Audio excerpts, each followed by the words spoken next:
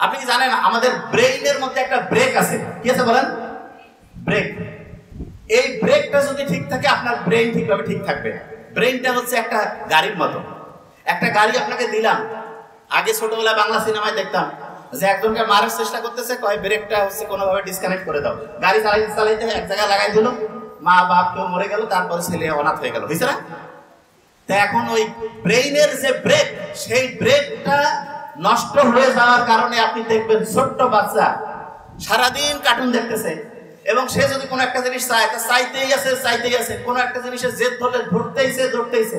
তার মানে কি তার ব্রেইনের যে ব্রেক সেটা ডিসফাংশন হয়ে গেছে। এখন প্রশ্ন হলো যে আমাদের ব্রেইনের ব্রেক ঠিক আছে কিনা সেটা কিভাবে বুঝবো? বুঝার খুব সহজ বুদ্ধি আছে। দেখেন, এইরকম কি আপনার হয়েছে যে আপনি দেখেন আপনার দরকার নাই এরকম একটা গ্রুপের মধ্যে ঢুকছেন, ঢুকে একজনের একটা ঝগড়া, একটা হচ্ছে গ্যাঞ্জাম নিয়ে আপনিও চিন্তিত এবং সেটা নিয়ে আপনি মিনিটের পর মিনিট, ঘন্টার পর ঘন্টা টাইম লস করছেন। এরকম কি হয়েছে? বুঝেন নাই আমার কথা? আপনি ধরেন একটা গ্রুপে ঢুকছেন, ঢুকে অপ্রয়োজনীয় জিনিসে ব্রেনটা অ্যাক্টিভ করছেন এবং আপনার মাথার মধ্যে একজনকে নিয়ে একটা কথা বলছেন, সে একটা পাল্টা উত্তর দিয়েছে, একটা আলাপ আলোচনা হলো, এরপরে দেখলেন যে আর এটা কন্ট্রোল করতে পারতেছেন না, আজকে আর পড়া হবে না, এই সপ্তাহ বাদ। এইটা যদি হয় বুঝবেন যে আপনার ব্রেইনের যে ব্রেক সেটা ধ্বংস হয়েছে। ব্রেইনের ব্রেক কোনটা এটা বোধহয় অনেকে বুঝতেছেন না। ভাই ব্রেকের নামটা কি? ব্রেইনের ব্রেক হচ্ছে প্রিফ্রন্টাল কর্টেক্স। কি নাম?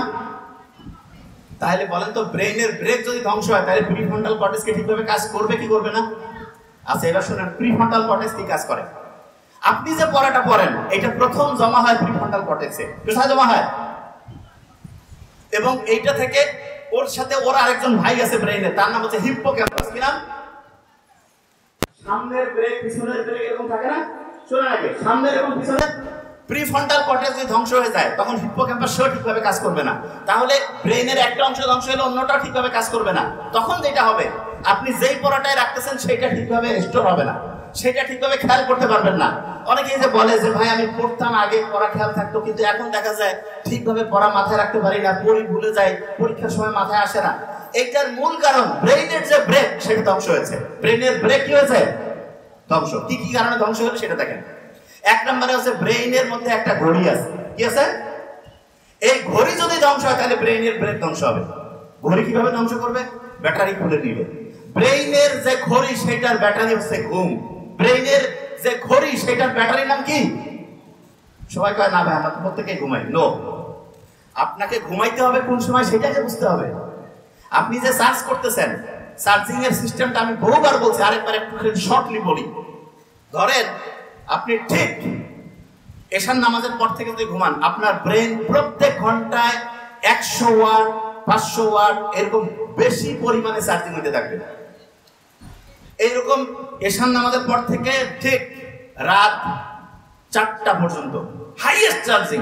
ওই সময় রোড ট্রাফিক মুক্ত, যাই দিবেন ব্রেন খালি একদম আস্তে আস্তে আস্তে সব ব্রেন অ্যাবজর্ব করবে। ওই সময় যদি আপনি ঠিকভাবে ঘুমান, আপনার ব্রেইনের যে ব্যাটারি সেটার চার্জিং কি ভালো হবে না খারাপ? ভালো। আর ভোর 4টার পর থেকে চার্জিং করতে থাকে। সূর্যের আলো যখন উঠছে তখন আসলে এরকম চার্জিং কাজ করে না। আমরা কি করি? সারা রাত শয়তানের সাথে কানেকশন, মোবাইল, গল্পবাজি, মোবাইলে কথা কওয়া অপ্রয়োজনীয় করতে করতে ফজরের টাইমে শয়তান বলতেছে স্পেশাল রহমত করবো তোমাদের উপর। স্পেশাল বাহিনী আসে যখন আজানের টাইম হয়, দেখুন ওই সময় মানে একটু খালি ঘুমায় 10টা মিনিট, 10টা পার হয়ে গেছে ঘুমাই দিয়ে যায় এবং তখন উঠে ভালো লাগে না, কিছু না কেমন জানি লাগে। আমি নিজে প্র্যাকটিক্যালি প্রমাণ করছি।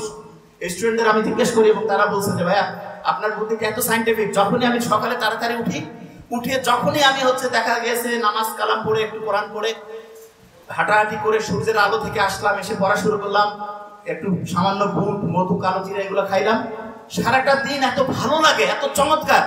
আর যখন এর উল্টাটা করি, উল্টাটা মানে কি, সকালে উঠে একটু মোবাইল দেখতেছি এবং উঠলাম দেরিতে, এরপরে দেখা যায় সত্যিকার অর্থে প্রত্যেকটা ঘন্টা, প্রত্যেকটা দিনের প্রত্যেকটা মুহূর্ত খুব খারাপ লাগে, আর মনের মতো ওই এনার্জি আসে না। বুঝা গেছে? তাহলে ব্রেইনের ব্যাটারি যে ব্যাটারি সেটার মূল জিনিসটা কি? ঘুম না অন্য কিছু? কি বলেন? ঘুম। আচ্ছা, আল্লাহর সাথে ধোঁকাবাজি মানুষ যে আমরা করি, দেখেন লাস্ট বেঞ্চ, আল্লাহর সাথে ধোঁকাবাজি করি সেটা একটা নমুনা বুঝাই দিই। একজন লোক খুব অসুস্থ, আমি কিন্তু ধরবো শেষে যেখান থেকে শুরু করছি সেখানে আসবো। একজন লোক অসুস্থ, তা সে ডাক্তারের কাছে গেছে, ডাক্তার বলছে যে আপনার যা অবস্থা 2 মাস বাঁচবেন, ভয় পেয়ে গেছে। শেষে সে আল্লাহর কাছে খুব ফরিয়াদ করছে, আল্লাহ তুমি যদি আমাকে বাঁচায় দাও, তার একটা বাড়ি আছে প্রায় 5 কোটি টাকা দাম, যে আল্লাহ এই বাড়িটা আমি বিক্রি করে টাকা পয়সা সব দান খয়রাত করে দেব। আল্লাহ দোয়া কবুল করে ফেলছে। 2 মাস পর আস্তে আস্তে সে সুস্থ হচ্ছে, ডাক্তারের কাছে গেছে। ডাক্তার বলছে মিরাকল কিভাবে হইল? ও তো মনের মধ্যে আপনি ভালো খুশি হন নাই, ও এখন বেঁচে গেছে, তো এখন আর মৃত্যু চিন্তা নেই, এখন তার বিল্ডিং এর চিন্তা। এখন সে বাসায় আসছে, চিন্তার পর ওয়াইফ বাচ্চা কাছে খুবই খুশি যে বাবা বেঁচে গেছে, অসুস্থতা থেকে মুক্তি পাইছে, খুব আনন্দের ব্যাপার। তা সে কি করছে? চিন্তা করতেছে, শয়তান তো রেডি আছে। সে চিন্তা করতেছে আল্লাহর সাথে ওয়াদা করছি, এই ওয়াদা কি বরখেলাপ করা যাবে?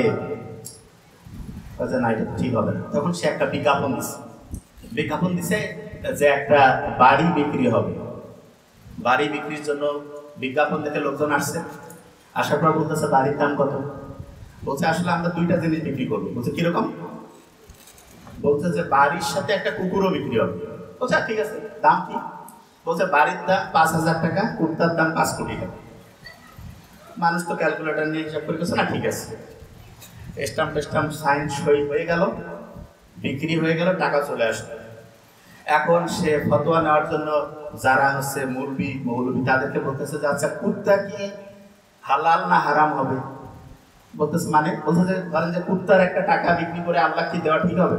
বলছে না না, কুত্তা ওরা কিন্তু আর ভিতরের এত কিছু জানে না। বলছে না, কুত্তা এটা তো আল্লাহ অতটা খুব একটা কাছাকাছি রাখতে বলে নাই, মানে অতটা পছন্দ করেন। বলছে আচ্ছা ঠিক আছে। তারপরে সে বলতেছে আল্লাহ দেখো, তোমার কাছ থেকেই তোমার সাথে যে ওয়াদা করছি সেটা তো আর ভাঙতে পারি না।